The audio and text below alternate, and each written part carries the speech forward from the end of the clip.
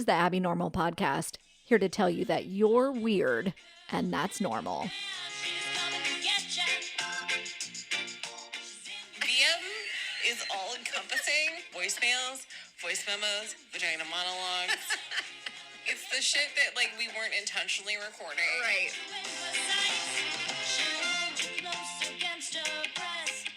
This year has been very stressful, and there's a lot of anxiety and fear around what's happening on November 3rd, 2020.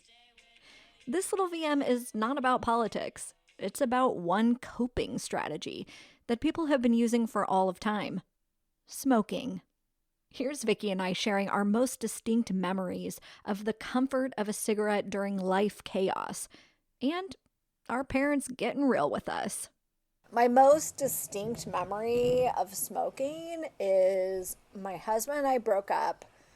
And my parents, I think I was like at the bank. I was like trying to get a car loan. You were like at the bank. Right. No, it was your mortgage that you were trying to negotiate.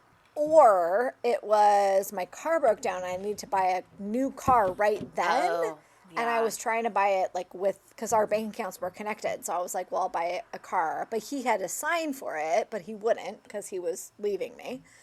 And so my parents came and picked me up at the bank, and I was like all upset and frazzled because I was like trying to get a car, and also my husband was leaving me and the whole deal.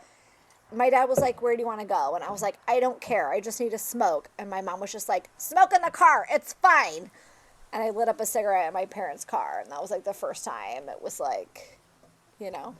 I had a very similar moment. I wasn't going to work because I was having really bad panic attacks, and my dad, my sister, my grandma, and Mimi had me on like a rotation, right, where they were like watching me, because like not watching me because they thought that I was going to harm myself, but watching me because I didn't function alone at this time. And I was like, it was a very short period of time, maybe a month, before I could get from my GP to my psychiatrist, right? Like when I first started having major anxiety problems.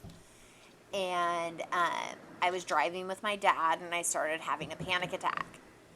And he's like, do what you need to do. And I was like, well, I took a Xanax and it's going to take 20 minutes to kick in, and I am about to, I'm freaking out. Like, my pulse is racing, my thoughts are racing, I can't calm down. And, I didn't want to smoke in his car, but he said, have a cigarette. Like, if a cigarette's going to calm you down, like, just have a cigarette. And I was like, fine, I will. And I had the same moment. Yeah, where I was like, I'm going to smoke in my dad's car right now. Like, if I look back on it, it was like that moment where I was an adult and he was an adult, right? Right. It was like we were on the same page. Right. He knows what true stress of life looks like and what some short-term solutions are, aka smoking a cigarette. Yeah. And we were on the same page, you know? Right. Like, Yeah. sometimes you just need to smoke a cigarette. Yeah. Like sometimes shit is real bad and you need a cigarette. Right. And, like, for you, it was divorce, and Yeah. it was a, major life catastrophe. For me, it Right. was coming to terms with the mental illness that I had been born with and that I had been fighting my whole life. Right, and just, which like, had come to a head totally because being of the public school honest. system. Yeah. in that very moment. Like, I Yeah. cannot cope with what is happening to me right now. Right, and, like, I'm going to tell you that. Right, and, like, my dad knows me so well that he couldn't handle the fact that I was freaking the fuck out. Right, He was like, whatever you need to do right now, do it. right. Like, Is there hot tub on? yes. What? Why? No.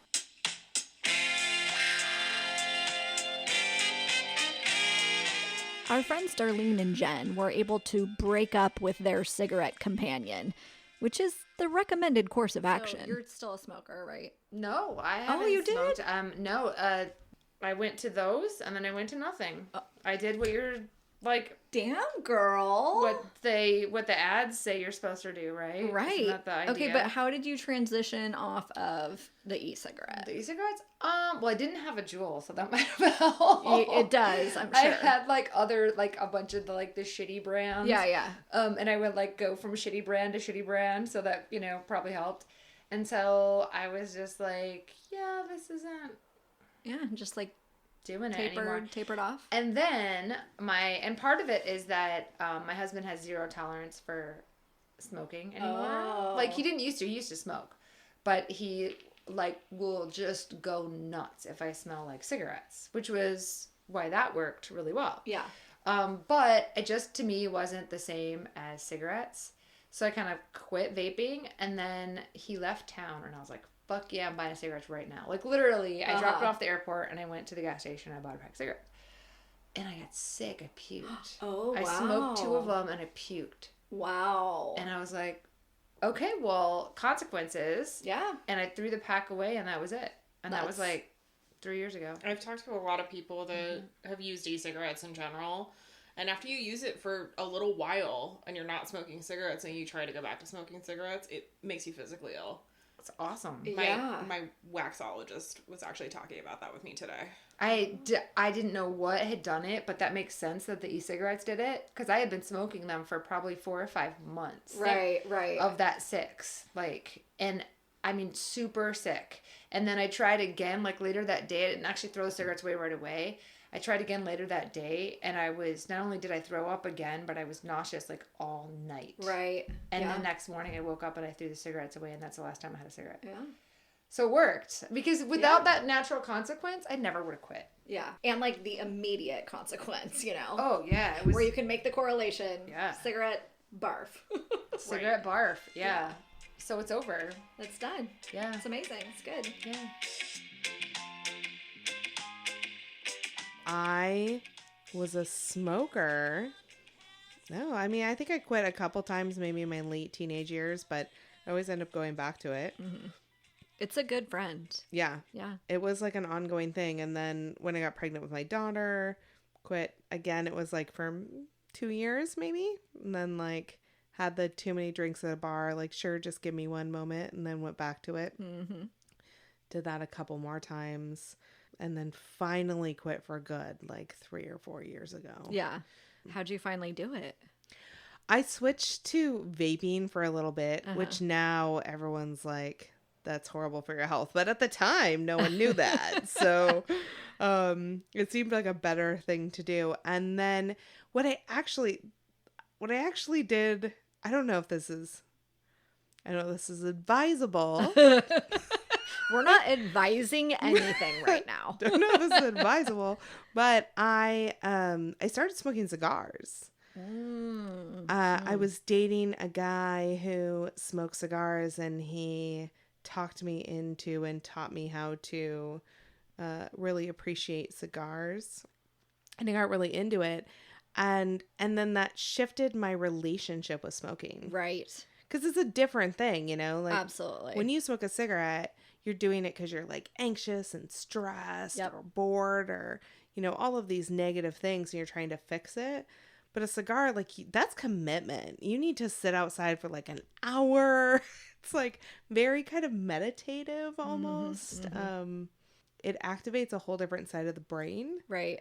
And I think I actually rewired my brain to think of smoking in a different way. Right. I can totally see that. Yeah. And it's not at all the same as smoking a cigarette, which would be like fast. Like, let's go out front and have a cigarette real quick, right? You can't have a cigar real quick. Right. Yeah. Yeah. It's a totally different experience. And so now I actually think of it like self-care. I don't smoke very often, but yeah, like if like once a month I sit outside and I take an hour, and it's like mindfulness and meditation. Right. Totally. Yeah. I agree. It's all those deep breaths. Yep. It's like just nice and relaxing. There are lots of podcasts to tune into about healthy coping skills, wellness, and self-care. So when you're ready, find one to tune into. For now, however you're coping is okay. Hang in there.